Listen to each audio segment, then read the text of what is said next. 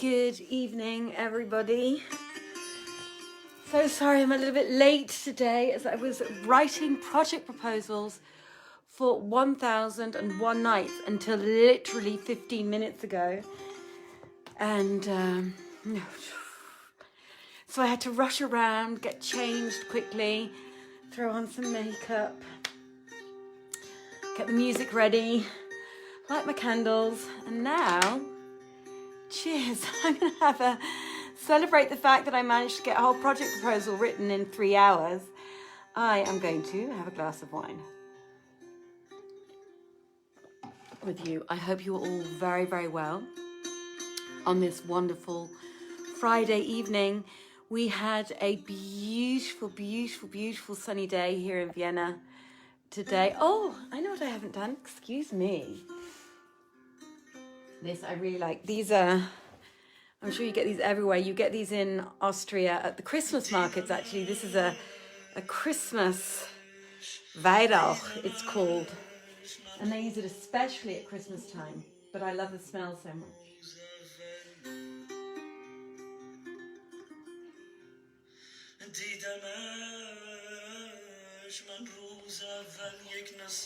So, greetings. I am very quickly going to invite 2 groups onto this reading, as is my wont. And then I will get reading for you.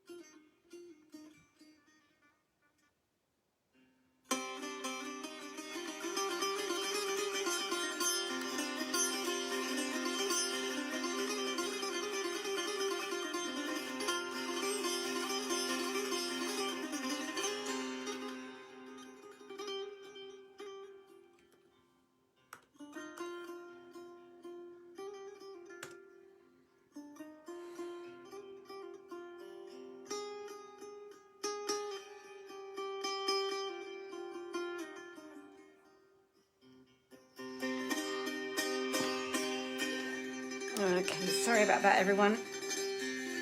I really do have to get myself sorted. So,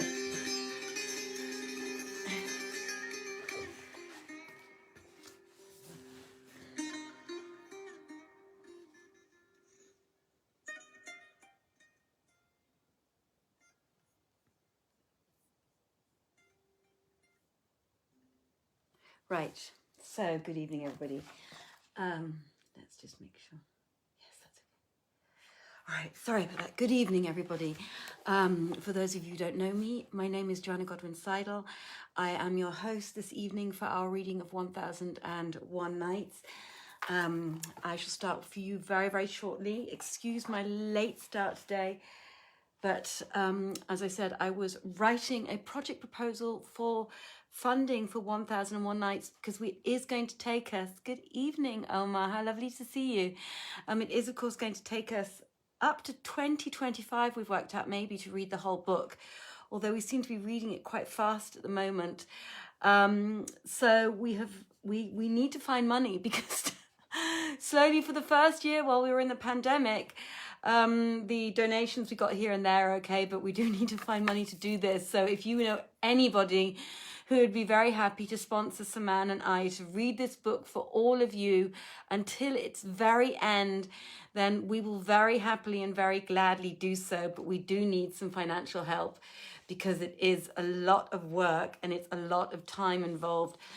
And so if you know of anybody who would like to sponsor us, please do write to me and Saman on our Vienna Theatre Project page, or send an email to office@viennatheatreproject.at. And we would be delighted to hear from you. And of course, you yourself may also make a PayPal donation if you do feel like it or have the money available. We accept €1, we accept 10 million euros. And that would be to www.paypal.me/Vienna Theatre Project. And you can find that link in all of our readings. We put the link to the PayPal account in all of our video readings after the reading. So without further ado, I am going to be reading to you again this evening. And we were on all those short stories. And I do believe our hero is in dire straits because he's run out of cash. And he needs to find some pretty prompto. And he's been told by a friend to go to the Barmecide to find cash because they're the only people that can help him. And he's saying he wouldn't, and that's beneath him to do so. And his friend is saying to him, in the state that you're in, you can't afford to be choosy. And I'm sure for many of us, some of these stories we can actually, even though these stories were written over 1,000 years ago, whatever, or 700 years ago, whatever, whenever they were written or first came out, of course, I'm sure the problems of money that people had then are exactly the same as we find out, as we know today with Saman and I trying to get sponsorship for the 1001 Nights reading. The problems with money back then are exactly the same as problems with money nowadays. And if you don't have any, it's not always easy to be able to afford to be choosy. And so we are going to find out what is about to happen to our hero now. Now, when it was the 393rd night, she said, "It has reached me, O auspicious king, that Abdallah ibn Malik said to Said bin Salim, Thou wilt put up with all this for the bettering of thy case." So I left him suddenly, continued Said, and went straight to Al-Fazl and Jafar, sons of Yahya bin Khalid, to whom I related my circumstances, whereto they replied, "Allah give thee his aid, and render thee by his bounties independent of his creatures, and vouchsafe thee abundant weal, and bestow on thee what shall suffice thee, without the need of any but himself. For whatso he willeth that he can, and he is gracious with his servants, and knoweth their wants." So I went out from the twain, and returned to Abdallah with straitened breast, and mind perplexed, and heavy of heart, and repeated to him what they had said. Quoth he, "Thou wouldst do well to abide with us this day, that we may see what Allah Almighty will decree." So I sat with him a while, when lo, up came my servant, who said to me, "O my lord, there are at our door many laden mules, and with them a man, who says he is the agent of Al-Fazl and Jafar bin Yahya." Quoth Abdallah, "I trust that relief is come to thee. Rise up and go and see what is the matter." So I left him, and, hastening to my house, found at the door a man who gave me a note wherein was written the following: "After thou hadst been with us, and we heard thy case, we betook ourselves to the Caliph, and informed him that ill condition had reduced thee to the humiliation of begging. Whereupon he ordered us to supply thee with 1,000 1,000 dirhams from the treasury. We represented to him, the debtor will spend this money in paying off creditors and wiping off debt. Whence then shall he provide for his sustenance? So he ordered the other 300,000. And each of us hath also sent thee of his proper wealth 1,000 dirhams, so that thou hast now 3,000 and 300,000 dirhams, wherewithal to order and amend thine estate. See then the munificence of these magnificos. Almighty Allah have mercy on them.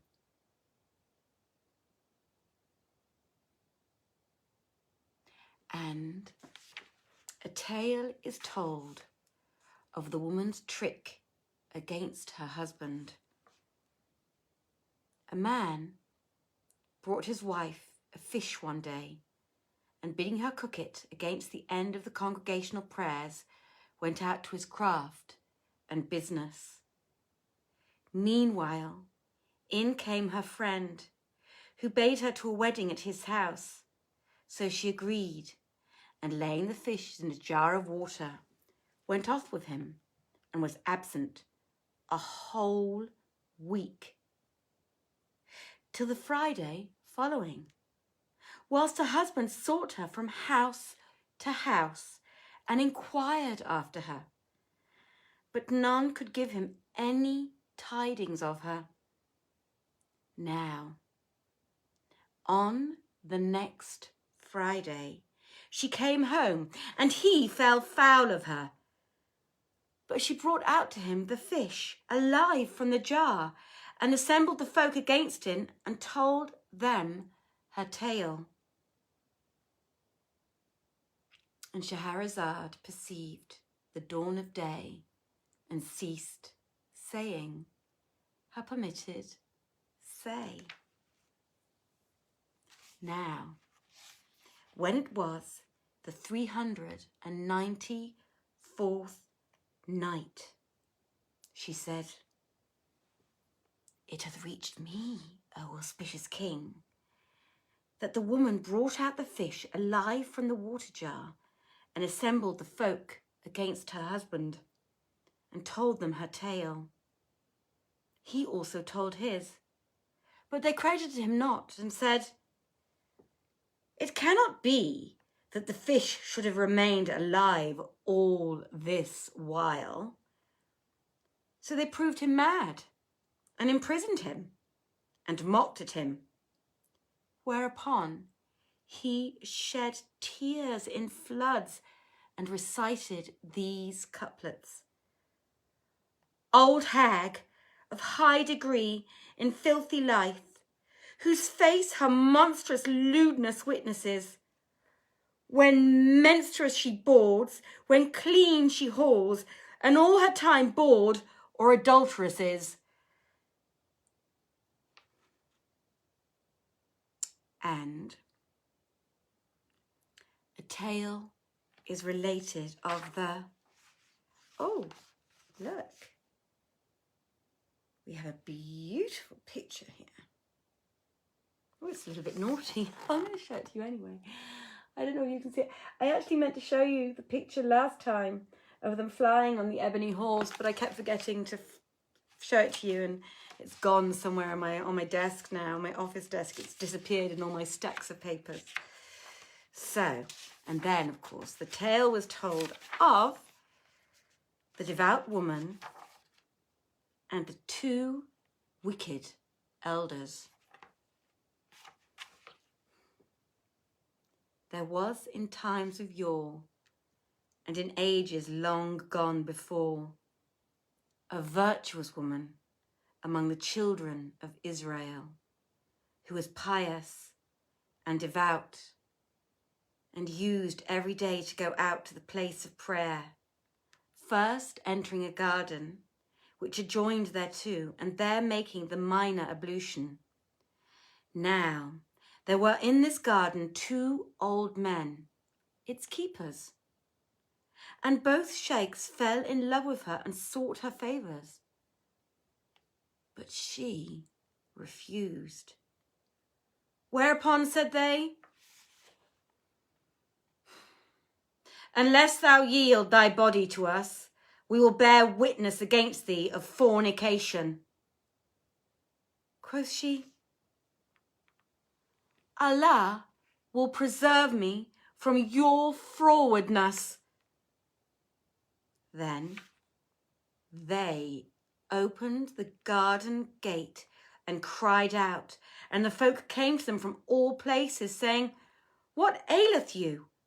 Quoth they, "We found this damsel in company with a youth who was doing lewdness with her, but he escaped from our hands."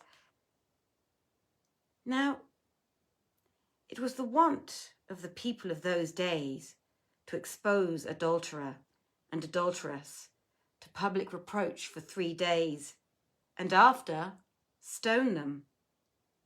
So they cried her name in the public streets for 3 days, whilst the 2 elders came up to her daily, and laying their hands on her head, say, "Praised be Allah, who hath sent down on thee his righteous indignation." Now, on the 4th day, when they bore her away to stone her, they were followed by a lad named Daniel, who was then only 12 years old. And this was to be the first of his miracles. Upon our prophet and upon him be blessing and peace. And he ceased not following them to the place of execution. Till he came up with them and said to them, "Hasten not to stone her till I judge between them." So they set him a chair, and he sat down and summoned the old men separately. Now, he was the first ever separated witnesses. Then he said to the first, "What sawest thou?" So he repeated to him his story. And Daniel asked, "In what part of the garden did this befall?" And he answered, "On the eastern side, under a pear tree." Then he called the other old man and asked him the same question. And he replied, "On the western side of the garden, under an apple tree." Meanwhile, the damsel stood by, with her hands and eyes raised heavenwards, imploring the Lord for deliverance. Then Allah Almighty sent down his blasting levin fire upon the elders and consumed them. And on this wise, the Lord made manifest the innocence of the damsel. Such was the first of the miracles of the prophet Daniel, on whom be blessing and peace. And they tell the tale of Jafar the Barmecide and the old Badawi.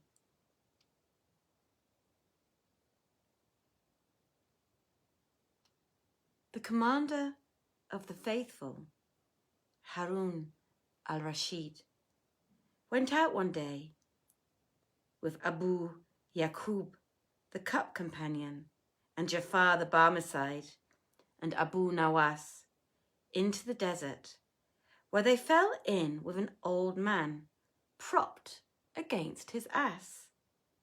The Caliph bade Jafar learn of him whence he came. So he asked, "Whence comest thou?" And he answered, "From Basora."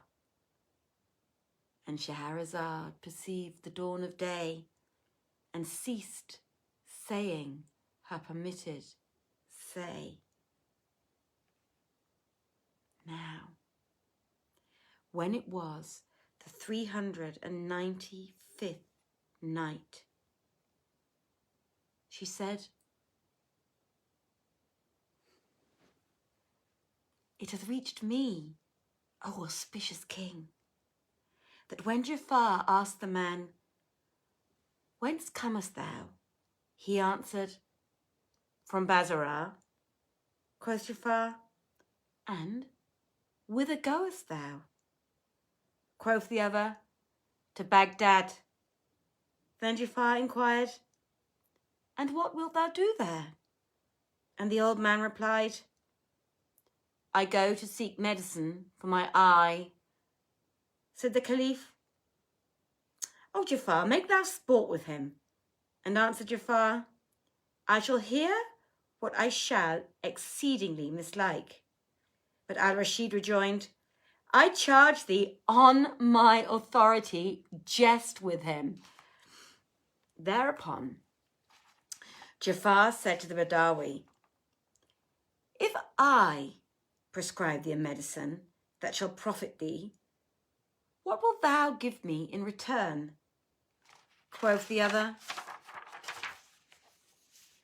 'Allah Almighty will requite the kindness of what is better for thee than any requital of mine.'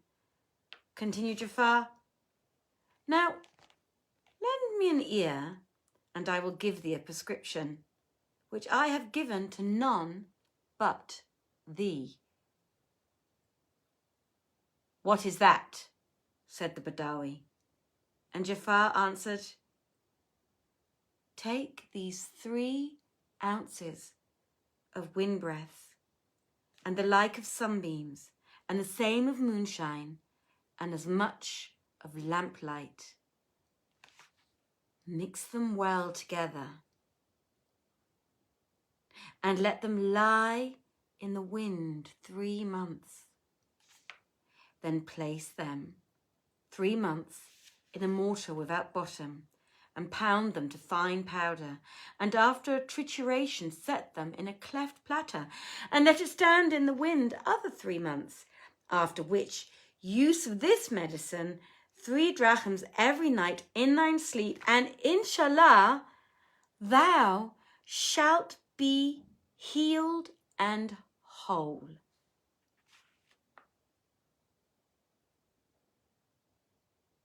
Now, when the Badawi heard this, he stretched himself out to full length on the donkey's back and let fly a terrible, loud fart and said to Jafar, 'Take this fart of thy prescription. When I have followed it, if Allah grant me recovery, I will give thee a slave girl who shall serve thee in thy lifetime a service wherewith Allah shall cut short thy term. And then thou diest, and the Lord hurrieth thy soul to hellfire, and she shall blacken thy face with her skite of her mourning for thee, and shall keen and beat her face, saying, O frosty beard, what a fool thou wast.' Thereupon Harun al-Rashid laughed till he fell backwards and ordered the Badawi 3,000 silver pieces.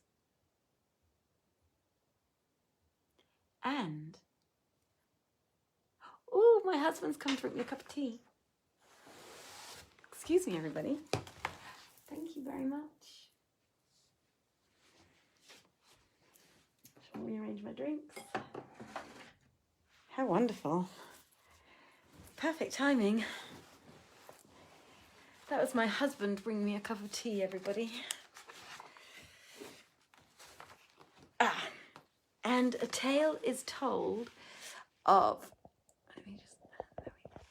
and a tale is told of the Caliph Omar bin Al-Khattab and the young Badawi. The Sharif, Hussein bin Rayyan, relateth that the Caliph, Omar bin Al-Khattab, was sitting one day judging the folk and doing justice between his subjects, attended by the best and wisest of his counsellors, when there came up to him a youth, comely and cleanly attired, upon two very handsome youths, had laid hold and were hailing by the collar till they set him in the presence. Whereupon the commander of the faithful, Omar, looked at him and them and bade them loose him. Then calling him near to himself, asked the twain, "What is your case with him?" They answered, "O Prince of the true believers, we are two brothers by one mother, and as followers of verity known are we. We had a father, a very old man of good counsel, honoured by the tribes, sound of baseness, and renowned for goodliness, who reared us tenderly in childhood, and loaded us with favours in manhood." And Shahrazad perceived the dawn of day, and ceased to say her permitted say. Now, when it was the 396th night, Shahrazad said, "It hath reached me, O auspicious king, that the two youths said to the commander of the faithful, Omar, son of Al-Khattab, our father was a good man, honoured by the tribes, sound of baseness, and renowned for goodliness, who reared us delicately in childhood, and loaded us with favours in manhood. In fine, a sea of noble, illustrious qualities, worthy of the poet's praise. Is Abu Sakar of Shaiban, they asked. Quoth I, Nay, by my life. Of him's Shaiban, how many a sire rose high by a noble son, as Allah's Prophet glorified, Adnan. Now he went forth this day to his garden to refresh himself amongst its trees and pluck the ripe fruits, when this young man slew him wrongously and swerved from the road of righteousness. Wherefore we demand of thee the retribution of his crime and call upon thee to pass judgment upon him, according to the commandment of Allah." Then Omar cast a terrible look at the accused youth and said to him, "Verily, thou hearest the complaint these two young men prefer. What hast thou in reply to aver?" But he was brave of heart and bold of speech, having doffed the robe of pusillanimity and put off the garb of cowardry. So he smiled and spoke in the most eloquent and elegant words, and after paying the usual ceremonial compliments to the Caliph, said, "By Allah, O Commander of the Faithful, I have indeed given ear to their complaint, and they have told the truth in that which they tell. So far as they have set out what befell, and the commandment of Allah is a decreed decree. But I will forthright state my case between thy hands, and it is for thee to give commands. Know then, O Prince of the Faithful, that I am a very Arab of the Arabis, the noblest of those that are beneath the skies. I grew up in the dwellings of the wold, and fell, till evil times my tribe befell, when I came to the outskirts of this town with my family, and whatso goods I own.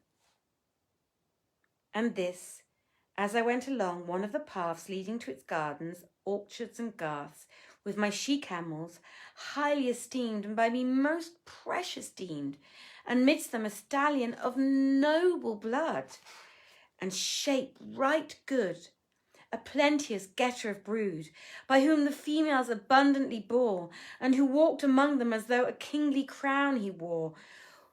One of the she-camels broke away, and running to the garden of these young men's father, where the trees showed above the wall, put forth her lips and began to feed as in stall. I ran to her to drive her away.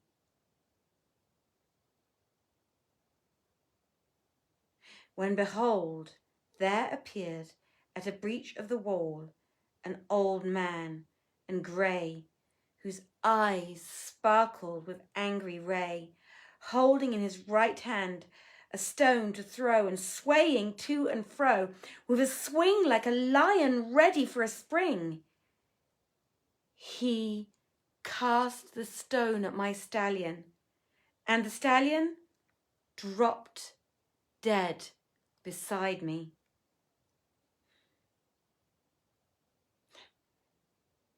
I felt like coals of anger kindled in my heart. So I took up the very same stone and throwing it at the old man, it was the cause of his bane and ban. Thus his own wrongful act returned to him anew, and the man was slain of that wherewith he slew. When the stone struck him, he cried out with a great cry, and shrieked out a terrible shriek, whereupon I hastened from the spot. But these two young men hurried after me, and laid hands on me, and for thee carried me. Quoth Omar, Almighty Allah accept of him,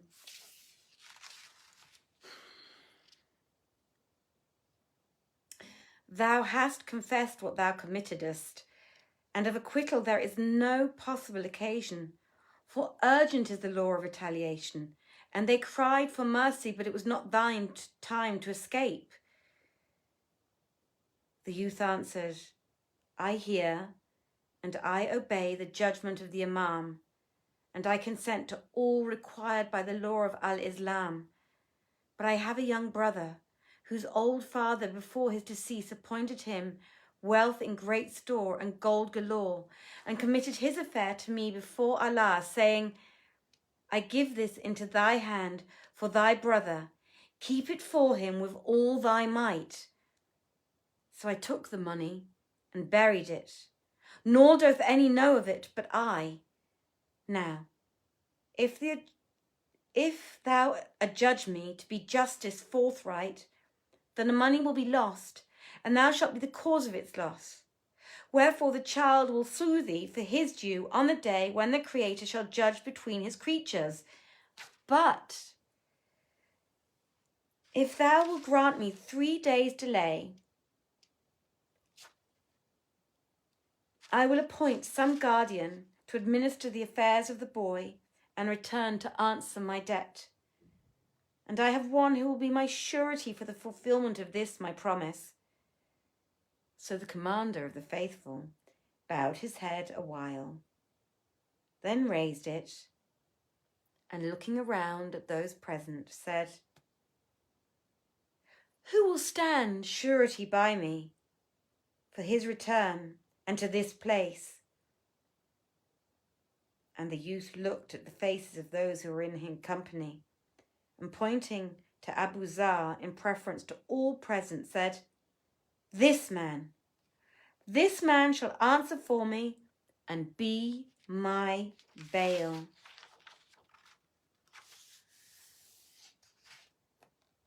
And Shahrazad perceived the dawn of day and ceased saying her permitted say. So I wonder, is this youth with the dead camel who murdered the old man because of the death of his camel, is he telling the truth about his brother, or is he just using it as a ruse to escape death? We shall find out next week, folks, when Saman and I believe Saman is going to read on Tuesday, when Saman and I join you again to read for you. Good evening, Rebecca. Hi, Toma.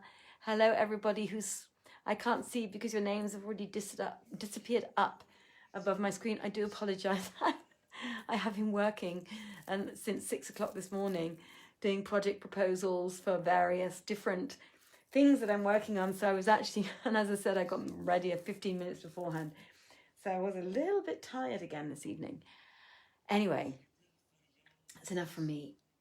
I wish you all a very, very pleasant evening. If you are going to be enjoying a weekend like we do here in the Western world, where you have Saturday and Sunday off, then I wish you all a beautiful, well, I wish you all a beautiful Saturday and Sunday anyway. I hope you have a very blessed and peaceful, happy, whatever it is that you desire weekend with lots of sunshine. And as I said yesterday, if you can't find the sunshine out in the sky, then I hope at least you will find sunshine in your heart. Take care of yourselves. Many blessings from me.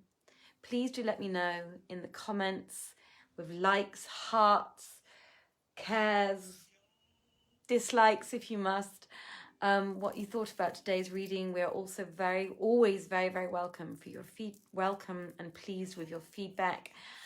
Do feel free, please, to share this with friends. Let people know that we're reading. We are going to carry on reading for as long as we possibly can. If you want to donate, as I said, do feel free to do so.